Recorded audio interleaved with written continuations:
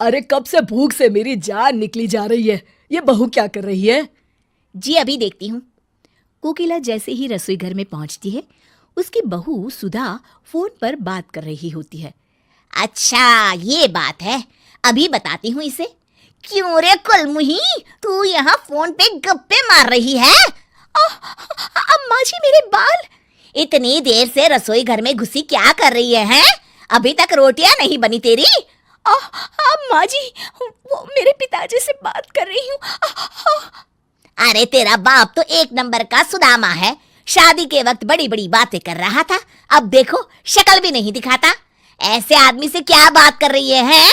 मैं कहती हूँ रख फोन और जल्दी से खाना बनाकर हॉल में ले आ, वरना तू तो मुझे अच्छी तरह जानती है ना? जी माँ जी, अभी लेकर आती हूँ। हाँ जल्दी आ। गुस्से में बड़बड़ाती हुई कोकिला वहां से चली जाती है।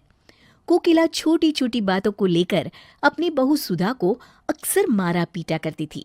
अपनी पत्नी की इस हालत से अनजान सुधा का पति सूरज एक दिन ऑफिस के काम से दूसरे शहर जाने की तैयारी कर रहा होता है कि तभी, इसे भी रख लीजिए जी। अरे इस डब्बे में क्या है भाई? बड़ी अच्छी खुशबू आ रही है। रास्ते में खाने के लिए मैंने आपकी पसंद के आलू के पराठे बनाए हैं। ठीक है, इसे बैग में रख दो। अच्छा सुनो, अब मैं निकलता हूँ, तुम अपना ख्याल रखना। हाँ जी। सूरज वहां से चला जाता है। इस तरह सुधा के पति के दूसरे शहर जाते ही उसके सास ससुर के अत्याचार और बढ़ जाते हैं। तंग आकर सुधा घर छोड़ने का मन मना लेती है और जब सुधा अपनी सास के साथ बाजार से सब्जी खरीद रही होती है, तभी सुधा मौका देखकर अपने मायके जाने वाली बस में चढ़ जाती है। अरे ये नालायक कहाँ चली गई? कोकिला बहू को बाजार में ढूंढने लगती है। तभी उसकी नजर रीटा पर पड़ती है, जो एक चोरनी होती है और उसकी शक्ल हूबहू सुधा से मिलती है। अरे करमजली, तू यहाँ क्या कर रही है? कब से ढूंढ रही हूँ तुझे। भगवान तेरी जैसी बहू किसी को ना दे। पूरा बाजार घूम घूम के मेरी हालत खराब हो गई। और ये अचानक तूने ये अजीबोगरीब कपड़े कहाँ से पहन लिए? अब सीधी तरह घर चल, बहुत देर हो गई है। अरे ये बेवकूफ मुझे अपनी बहू समझ रही है। अच्छा है, बुढ़िया पैसे वाली दिखाई देती है। इसके घर तो चोरी करने में मजा आ जाएगा। रीटा कोकिला के साथ उसके घर चली जाती है।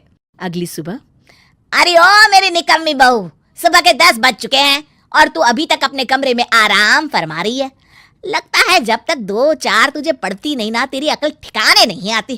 चलो उठ अब जल्दी और मेरे लिए नाश्ता बना कर ले आ। अच्छा तो ये बात है। इसका मतलब है कि इसकी बहू इससे तंग आकर घर छोड़कर चली गई है। ये तो एक नंबर की चांडाल सास है, इसे तो सबक सिखाना पड़ेगा। अरे तू पागल हो गई है क्या बुढ़िया, जो मुझे नाश्ता बनाने के लिए बोल रही है? नाश्ता तो आज तू बनाएगी और मैं खाऊंगी। हाँ देखो किस तरह जबान चल रही है इसकी, हैं? अरे सासू माँ, सिर्फ जबान ही नहीं बल्कि हाथ पैर भी बहुत अच्छी तरह चला लेती हूँ। तुमने सुना कोकिला, आज तो ये कुछ ज्यादा ही बोल रही है। आप फटिए जी, देखती हूँ मैं इसे। अरे रुक जा कलमुही, अभी मजा चखाती हूँ मैं तुझे। कोकिला एक छड़ी लेकर रीटा को मारने के लिए आगे बढ़ती है। रीटा कोकिला के हाथ से छड़ी छीन लेती है। अरे ओ बुढ़िया, आज मैं तुझे ऐसा सबक सिखाऊंगी कि तुझे तेरी नानी याद आ जाएगी। ये ले। अरे मर गई रे। अभी तो शुरुआत है। ये ले और ले। अरे मर गई। हाँ हाँ, और जोर से चिल्ला। ओए माँ, मर गई रे। अरे आप खड़े खड़े क्या देख रहे हैं, मुझे बचाइए। अरे ये क्या बचाएगा तुझे, मैं इसकी भी अच्छी मरम्मत करूंगी। ये ले खुस्सड़ बुड्ढे। मर गया रे। क्यों, मजा आ रहा है ना? अब पता चला कि दर्द क्या होता है।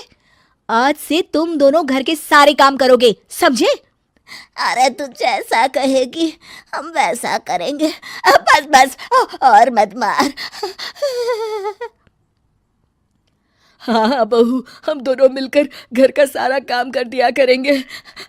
हम तुझे कभी कुछ करने के लिए नहीं कहेंगे, बस हमें छोड़ दे। ठीक है, आज के लिए इतना काफी है। अब मैं अपने कमरे में आराम करने जा रही हूँ। 15 मिनट के अंदर चाय नाश्ता मेरे कमरे में आ जाना चाहिए।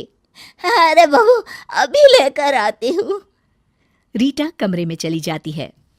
अगले दिन से उस घर की दिनचर्या पूरी तरह से बदल जाती है। रीटा सुधा के सास ससुर से घर के सारे काम करवाती और खुद मजे से आराम करती। अरे बुढ़ापे में मुझे क्या क्या करना पड़ रहा है। कोकिला, अगर हम बहू को इतना नहीं सताते तो आज हमें ये दिन नहीं देखना पड़ता। आप बिल्कुल सही कहते हैं जी। तभी वहां रीटा आ जाती है। सुधा के सास ससुर रीटा के पैर पकड़ लेते हैं। अरे बहू, हमें माफ कर दे, हमें हमारी गलती का एहसास हो गया है। भगवान के लिए अब हम पर अत्याचार मत कर। हाँ हाँ बहू, हमें माफ कर दे, तू तो हमारी बेटी समान है। अरे अगर माफी मांगनी है तो अपनी बहू से जाकर मांगो, जो तुम दोनों के अत्याचार से तंग आकर अपने मायके चली गई है। मैं तो उसकी हमशक्ल रीटा हूँ। क्या तू सुधा नहीं बल्कि उसकी हमशक्ल है? हाँ, मैं उसकी हमशक्ल हूँ। मैं समझ गई, शायद हम दोनों को सुधारने का यही सही तरीका था। हम आज ही जाकर अपनी बहू को ले आएंगे। चलो जी, चलते हैं। हाँ हाँ, चलो भाग्यवान। इस तरह सुधा के सास ससुर सुधर जाते हैं।